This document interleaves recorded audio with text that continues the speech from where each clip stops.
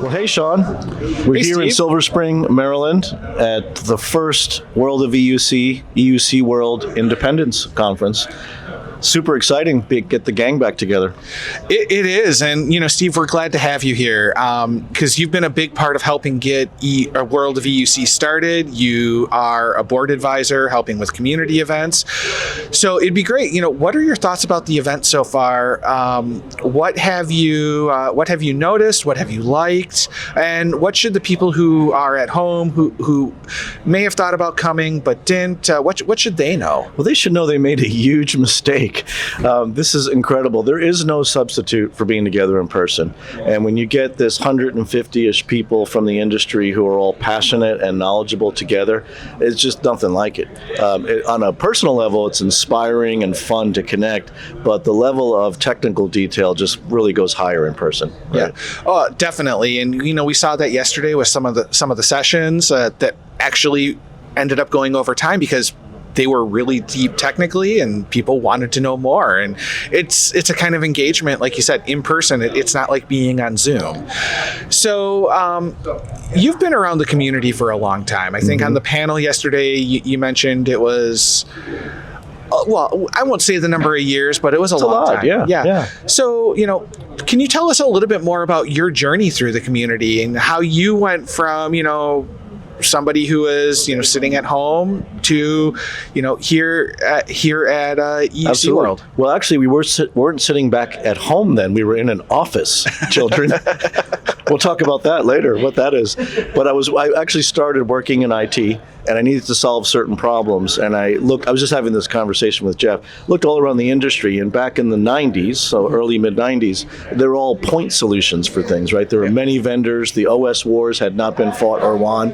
And I found a little company called Citrix. Started work on it, so pretty much on your own. Maybe you call technical support, but there was a bulletin board back then. So that was the first sort of connection.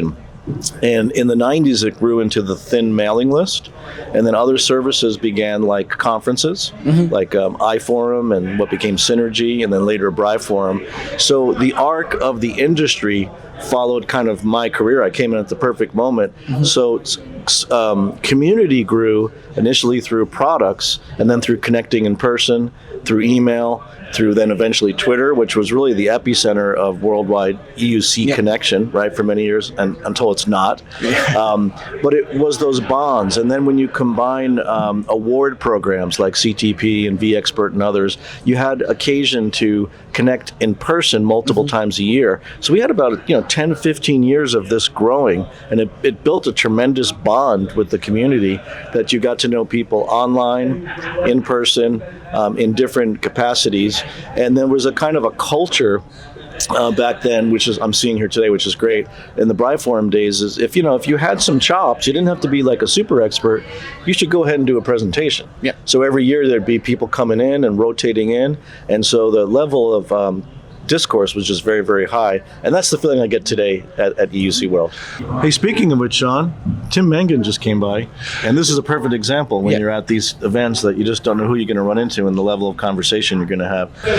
Hey, Sean. Hey, Tim. So thanks for stopping by. Thank you for being here. And we just got photobombed by Patrick. See, that's the other thing that happens at these events. They see you on camera, and they people just come on by to have a little fun. But Steve and I were talking about the event, and we wanted to know what your thoughts were. What did you think of day one of EUC World? I thought it was great. I mean, it's really nice to see the community coming back together. Folks that I've known from for years and years from across the country here, as well as some of the folks I know from Europe from my travels over there. Awesome. So when we were talking, Steve, you had mentioned BriForum, and you are both BriForum alumni. You've presented there multiple times. What made BriForum special, and how do you think EUC World can recapture that?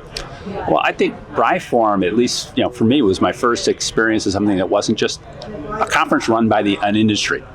It was really this concept of independence and bringing different groups together. And that's something that Brian was really good at. It's finding those individuals who had really good talents in specific areas and bringing them together to make that whole thing mesh, to provide information for and build that community. Well, if people don't remember, Bri Forum came from the fact that the sponsor event, Citrix iForum, was the prominent thing at the time. So he changed it to Brian, and it was tongue-in-cheek, and it wasn't disrespectful, but it was kind of like, okay, this is not the establishment, right? This is not a vendor. This is some guy named Brian who has a forum. Yep. And had his family working the tables and the check-in booths and everything.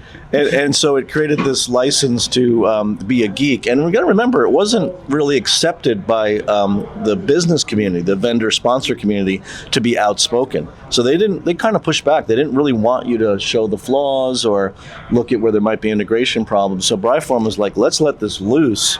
What really happens in the field when I go out and do X? And how do you get past it? And how do you get past it? Right. Yep.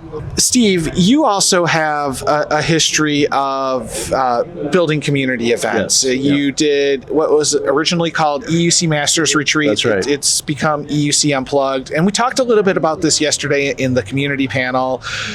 Would you tell us a little bit more about that? How did that come to be? And, what are the plans for it? Well, it's a great connection to what we've been talking about. So just like Brian created Briforum and kind of took another step of independence, by the time we created our conference, we had been through many years of this. Tim was at almost every one that I was ever at.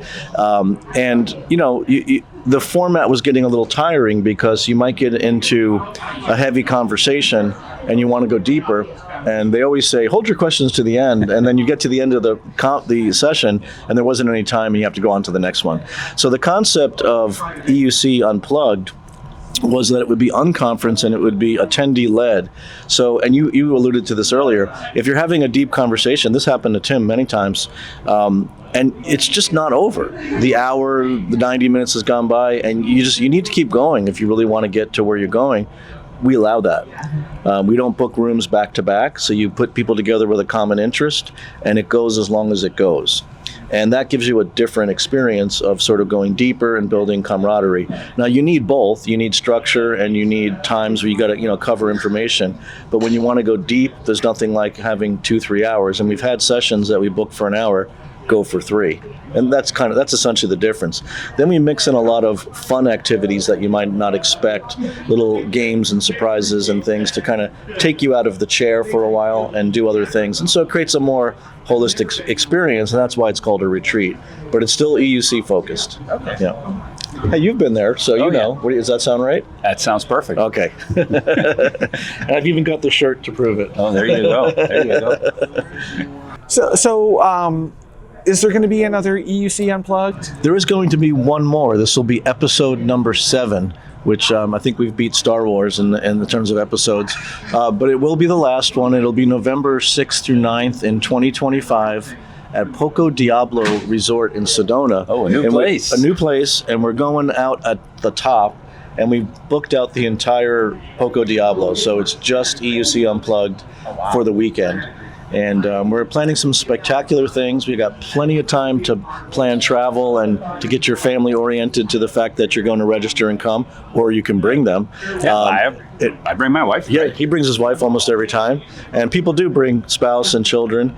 And especially because it's Sedona, this is an opportunity to make a family or a spouse vacation and spend 2-3 days with the group. All right, it's really nice. And as far as I didn't answer the second half of your question, how do you make this conference, EUC World Independence, more like Briforum? It's pretty much there. I mean, just right. Yeah. I mean, it's almost the same format. And you got the people, so just do it well. Also, making sure you get that balance between. You need some sponsor-led sessions, but you also need some people who are just doing the independent stuff, making sure that you get those voices out there talking about the reality of what's out on the road, right? Well, and the thing I like to say, and what really makes something like this feel special to me, is most conferences are vendor-led. They're vendor-driven. There's the vendor message that they want to push, the technologies that they feel are important or meet their business objectives.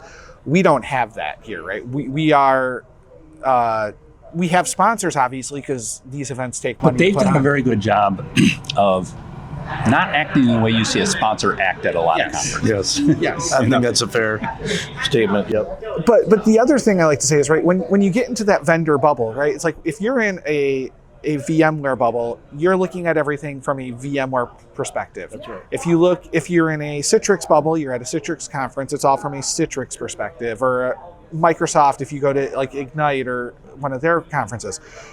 But as Brian alluded to in his keynote yesterday, everything is Microsoft Windows under the cover, right? We're all trying to solve Windows problems, and that means we're all trying to solve Active Directory problems and file share problems. And it doesn't matter if we're doing Citrix or VMware or AVD or whatever, we all have the same problems at the end, and we all can learn from each other. And like Tim, like you talk a lot about application packaging, right? It doesn't matter if I'm using app volumes or MSIX or app V or whatever, right? At the end of the day, it's a Win32 app. Problem's the app always. It probably sucks, and we're trying to fit this into a new bubble to make it work in our context. So That's right. I mean, the techniques are all similar, and the challenges are all completely identical. So, all right. Well, thank you both for joining the conference. Thank you for being here, helping support the community, and we look forward to having you at future events and seeing everybody at the next EUC Unplugged next year. Well, thank you. All right. And thank you, everybody. And come on out to all the events in the EUC world in the future. There's nothing like in person.